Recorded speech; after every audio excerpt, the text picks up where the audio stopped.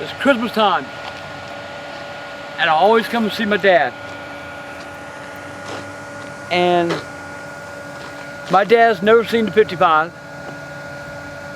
My dad has never met Lauren. My dad doesn't know what a good grandson he has. All his grandchildren are good, don't get me wrong. And they're each own individual way. Each one of my children have good in them. I think about Jenny sometimes, but that's Jenny. But anyway, let's go see my dad. All right, Charles Green. You can't miss my dad. He's always been number one. He's the first one in the row. Don't it figure? Hi, Dad. Me again. Been a long time, Dad.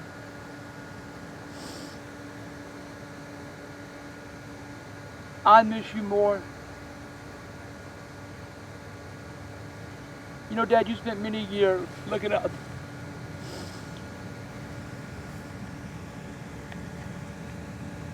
You were paralyzed from the neck down for 30 years. And one day God called you home. And I know that you and Mom are together. Dad, I know how much you like points. So I brought you a pointer, Dad.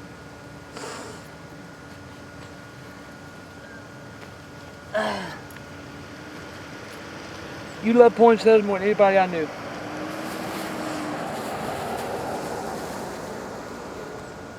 Dad, you remember back when we were little, how we used to go to the beach a lot, and you had your damn, I think what was it, 1960 fell there. And we were little and you take us off and Dad, things are going pretty good for me. I think you'd be proud of you.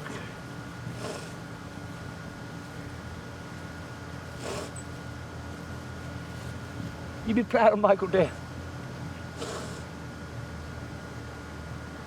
Michael's your youngest grandson. You've met him, I brought him out here to you. But Dad, see what your grandson bought me? He's heard the stories about the car.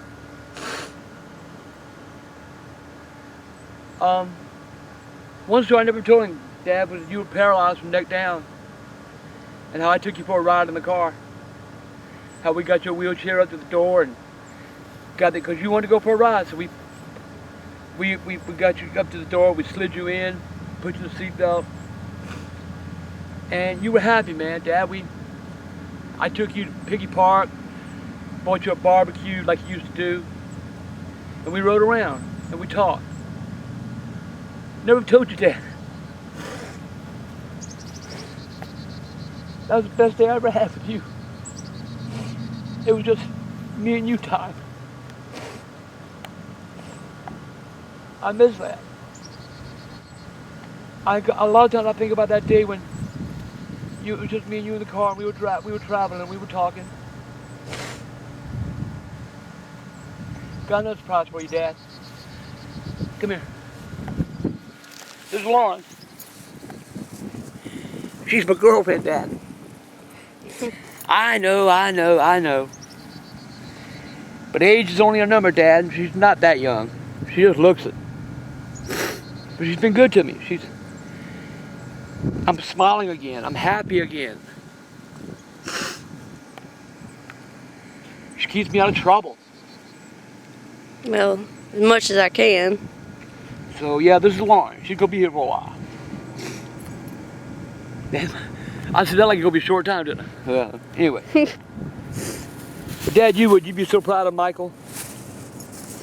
Don't get me wrong, you'd be proud of all your grandchildren because each one brings something different to the table.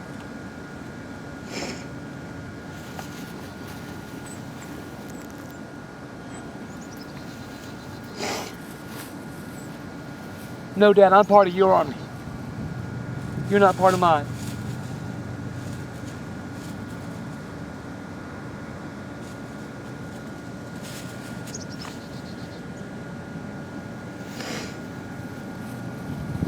We're doing good, Dad.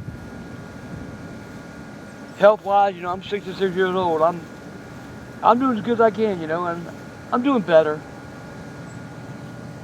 Getting that 55 is like going back in time, you know. I get in it, I put on it. You hated that music. You say, oh, that music, that's gonna be the damnation of you young people. Well, Dad, that music's still alive. No, it's worse today. You'd really hate the stuff out now. It's really, yeah, you would, Dad. You wouldn't like this stuff that got out now. Oh, Dad, I brought your friends something too, because remember, we used to come here, we'd wheel you in your wheelchair, and just because you always wanted, about once a month, you want to come see where you're going to be buried at. And we'd always stop and talk to Mr. Gus. Poor old Mr. Gus never gets a flower, never has nothing on his grave. I'll be right back, Dad. Mr. Gus. Mr. Gus, I hope you're having a nice Christmas. You know, my dad used to bring you flowers and put on your grave when we come out here. And I've been trying to keep up the tradition. So, Mr. Gus, I brought you a poinsettia too. Because this year I want you to have something on your grave.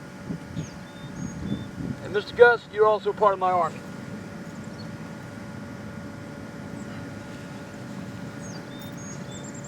Mr. Gus, are you keeping my dad occupied and talking? See, I don't believe death is you know, I believe you, when you die, but I believe you're still watching out for people. I believe you still see what's going on. In my heart, I believe that. So, you keep talking with my dad, Mr. Gus, because the day's coming we're all going to meet each other. Merry Christmas, Mr. Gus, and Happy New Year. I'm going back to see my dad.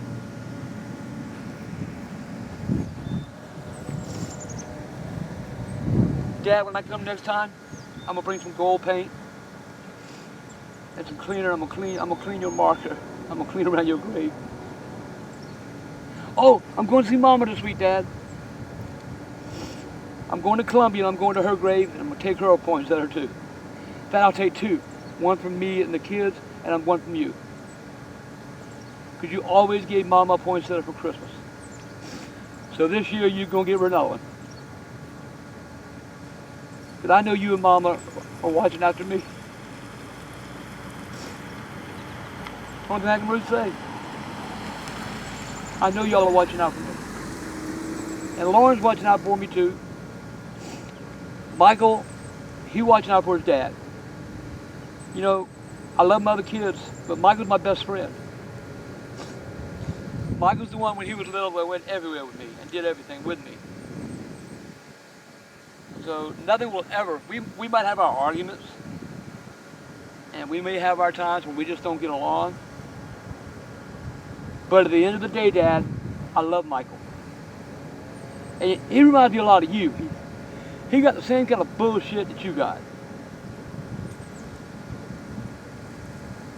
All right, Dad, I'm gonna leave. I wish you a Merry Christmas.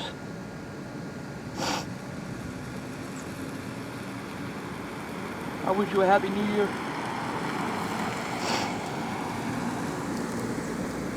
And I'll be back after the first of the year. And I'll spend some time cleaning your marker. I'm gonna clean Mama's when I go this week, because there's no way I take care of hers at all, so. I love you, Dad. Oh, God. I love you, Dad. Let's go.